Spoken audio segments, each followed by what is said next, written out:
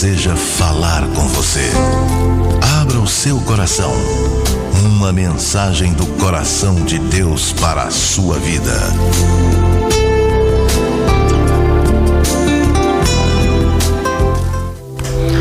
A Bíblia nos ensina a ver a mão de Deus ao longo de toda a história. Deus não está ausente da história da humanidade, mas Ele interfere, Ele atua, Ele conduz a história.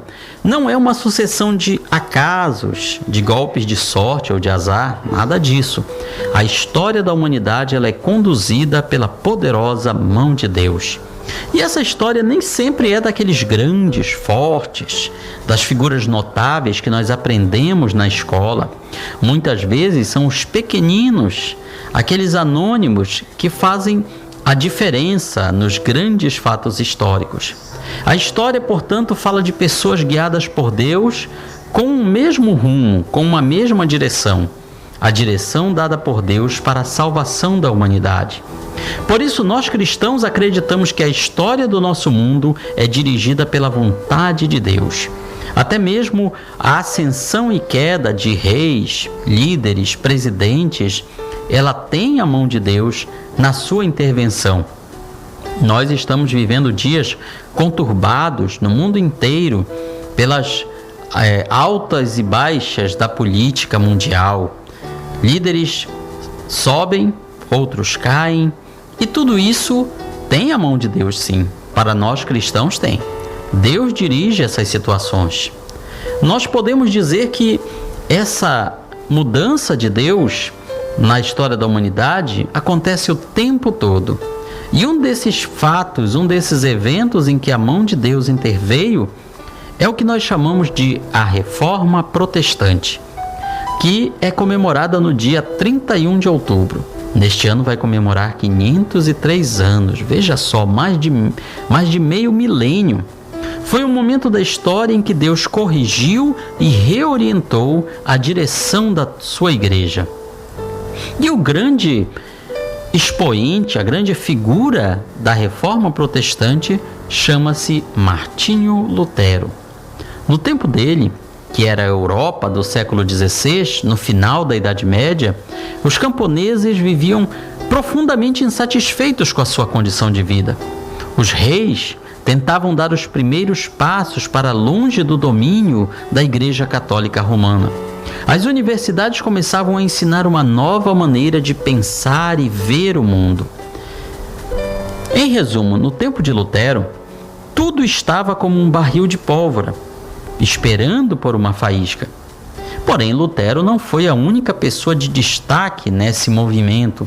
Antes dele, outras pessoas na Europa começaram a defender que a igreja, que os crentes deviam voltar ao primeiro amor, voltar às sagradas escrituras. Algo que para nós hoje parece fácil de ouvir, de entender, de acreditar, mas não naquele tempo. Naquela época não se tratava apenas de uma reforma espiritual, mas também envolvia um forte conteúdo político, econômico, envolvia poder, e quem tinha poder não vai querer abrir mão desse poder facilmente. Por isso, muitas dessas pessoas pagaram com suas vidas a difusão das suas ideias. Um deles chamava-se Jerônimo de Praga. Praga era uma cidade da Europa. Por suas ideias, ele foi preso, torturado e queimado vivo. Mas até em meio à fogueira, ele cantou louvores a Deus, até o seu último suspiro. Outro nome importante da Reforma Protestante chamou-se João Westphal, preso e torturado até a morte, por pregar que a salvação não era pelas obras, mas sim pela graça de Deus. Algo que para nós hoje também parece quase que natural, automático, mas não naquele tempo. Porque naquela época a salvação era considerada pelas obras das pessoas e determinadas obras que eram ditadas pela religião dominante. Então, ao dizer que não precisavam de obras para ser salvo, isso automaticamente era uma afronta ao poder religioso da época. Outro nome se chamava Savonarola. Ele era italiano, era um homem dedicado a Deus e fiel pregador da palavra. Também por pregar ideias parecidas, ele foi enforcado e foi queimado o seu corpo até ficarem somente as cinzas. Na Alemanha, país onde algum tempo depois nasceria Martinho Lutero, houve um homem chamado John Hus. Ele foi também queimado vivo, um século antes de Lutero nascer. O seu crime não foi de traficar drogas, não foi de matar, roubar, mas sim de pregar o evangelho. Nos seus últimos suspiros ele profetizou: vocês podem hoje matar um ganso, que na língua dele significava Hus, ganso ou um pato, mas que dali a 100 anos nasceria um cisne que não poderiam matar. Com isso ele estava profetizando o nascimento de Martinho Lutero. Ele nasceu numa família humilde, seus pais trabalharam duro para sustentar a ele e mais 6 irmãos. Como todas as pessoas daquela época, ele cresceu no meio da superstição, da ignorância, do medo que era imposto pela religião. Deus era aquele juiz irado, pronto a castigar os pecadores. Foi isso que Lutero aprendeu. Apesar das dificuldades, ele era chegado aos estudos. Formou-se doutor em filosofia aos 21 anos. Só que isso não bastava. A sua alma ansiava por Deus. E ficou maravilhado quando encontrou a Bíblia para ler, escrita em latim. Alguém pode dizer, mas será que naquele tempo era tão difícil encontrar a Bíblia? Sim, era muito difícil. Não é como hoje que você vai numa livraria evangélica em qualquer esquina e ali há dezenas de tipos de Bíblias diferentes. Naquela época, a Bíblia era escrita à mão, ou então eram poucas que existiam e eram muito caras. Para piorar, elas eram escritas apenas em latim, uma língua que poucas pessoas conseguiam ler ou entender. Lutero resolveu entrar para a carreira religiosa, para o convento, aos 22 anos, para pagar uma promessa de livramento feita durante uma tempestade. Mas mesmo em meio aos serviços religiosos, não encontrou paz para a sua alma, embora se dedicasse às penitências, aos jejuns, serviços religiosos. Ali novamente ele encontra uma Bíblia, onde passou a ler até que encontra o texto na carta de Paulo aos Romanos: o justo viverá da fé.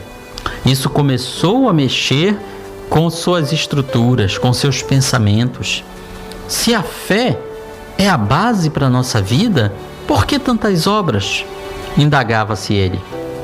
A sua dedicação aos estudos e à vida religiosa o levou a ser ordenado padre. E assim ele volta para a sua cidade natal, na Alemanha, pequena cidade de Wittenberg. Ali também se tornou um conhecido pregador e grande estudioso da Bíblia. Naquele tempo, ele também visitou a cidade de Roma, o centro do catolicismo romano que dominava naquela época. Ele visitou-a muito animado, afinal era o centro de tudo que ele acreditava, mas voltou de lá entristecido com a corrupção e decadência que existiam naquele tempo. Até que por fim, após muito meditar, após muito estudar, ele fixou uma folha com 95 teses para um debate na porta da igreja de sua cidade. Era o dia 31 de outubro de 1517. O que Lutero fez era um costume daquela época, quando se queria provocar um debate público sobre uma determinada questão. É como se nos nossos dias você convocasse uma audiência pública para tratar de algum assunto.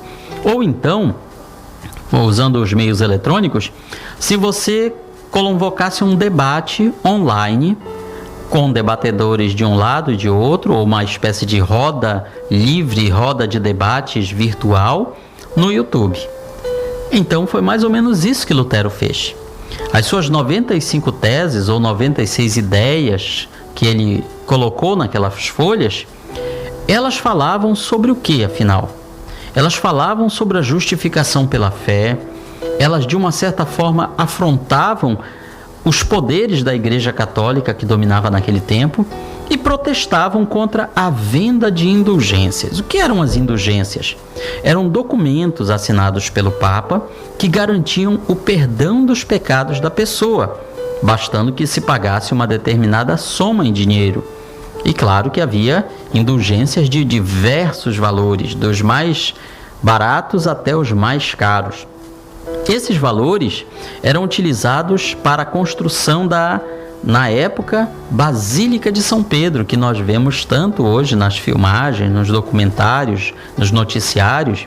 Na época ela estava sendo construída e precisava de recursos, então a venda de indulgências foi uma das maneiras que se encontrou para arrecadar esses recursos. Mas claro que houve todo um comércio dessas indulgências, porque os recursos eram muito elevados.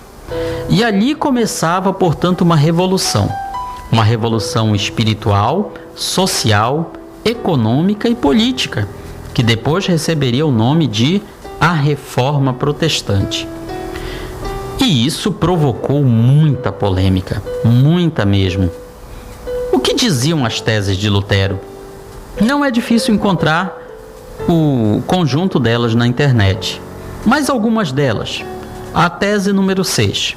O Papa não tem o poder de perdoar culpa, a não ser declarando ou confirmando que a culpa foi perdoada por Deus, ou então perdoando os casos que lhe são reservados.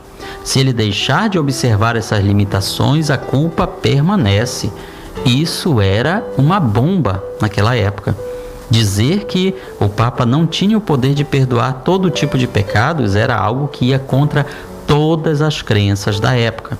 Escreveu ainda Lutero: portanto, estão errados os pregadores de indulgências, que afirmam que a pessoa é absolvida de toda a pena e salva pelas indulgências do Papa. Os pregadores de indulgências, eles eram, como que poderíamos dizer, comerciantes da fé. Eles iam de cidade em cidade com as indulgências assinadas pelo Papa e faziam muito barulho, chamando a população, proclamando, mais ou menos como a gente observa hoje aqueles vendedores que estão ali na porta de uma loja chamando os clientes. Eles faziam isso para atrair a população. Escreveu ainda Lutero: a maior parte do povo está sendo ludibriada por essa magnífica e indistinta promessa de absolvição da pena. Ele estava dizendo que as pessoas estavam sendo enganadas. Naquele tempo, dizer isso era quase que uma sentença de morte. Escreveu ainda Lutero: qualquer cristão que está verdadeiramente contrito tem remissão, tem perdão plena, tanto da pena como da culpa, que são as suas dívidas, mesmo sem uma carta de indulgência. Lutero estava dizendo que aqueles que se arrependem dos seus pecados, confessam e deixam, eles são perdoados por Deus, sem necessidade de autorização do homem. Gente, isso naquela época, afirmar coisas desse tipo, era você ir contra tudo que estava sendo ensinado. E por aí seguiam as teses de Lutero. Claro que provocou muita polêmica, provocou muita movimentação na sociedade da época, e Lutero foi chamado pelo Papa para se retratar. Não para debater, mas para se retratar. Volte atrás no que você escreveu, volte atrás no que você afirmou. Já imaginou um padre contra todo o poder da Igreja Católica Romana da época? Essa era a situação. Outros, na situação de Lutero, voltariam atrás, se retratariam. Afinal, não era apenas uma questão religiosa, era uma questão política e social. Lutero se recusou a se retratar e por isso foi excomungado, expulso da Igreja Romana. Claro que naquela época você ser excomungado não era apenas uma espécie de disciplina religiosa.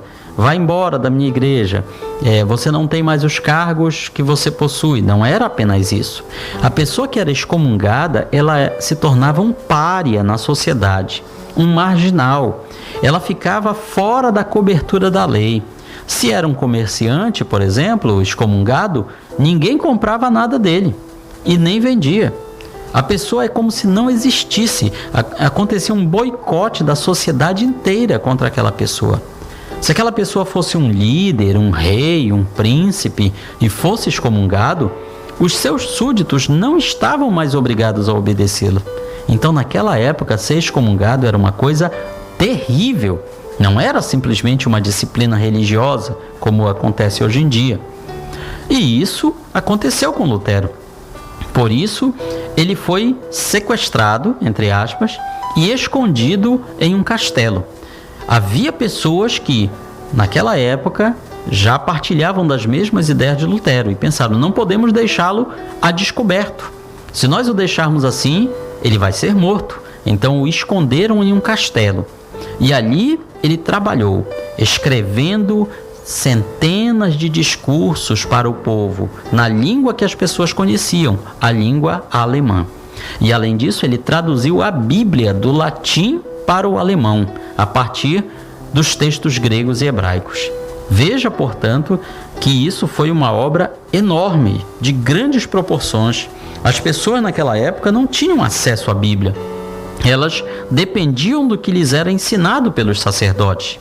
Se o sacerdote dissesse: a Bíblia diz tal coisa, as pessoas não podiam ir lá e conferir se realmente aquilo era verdade, porque as Bíblias estavam em alemão, em latim, e não na sua própria língua. Então elas não podiam conferir se aquilo era verdade.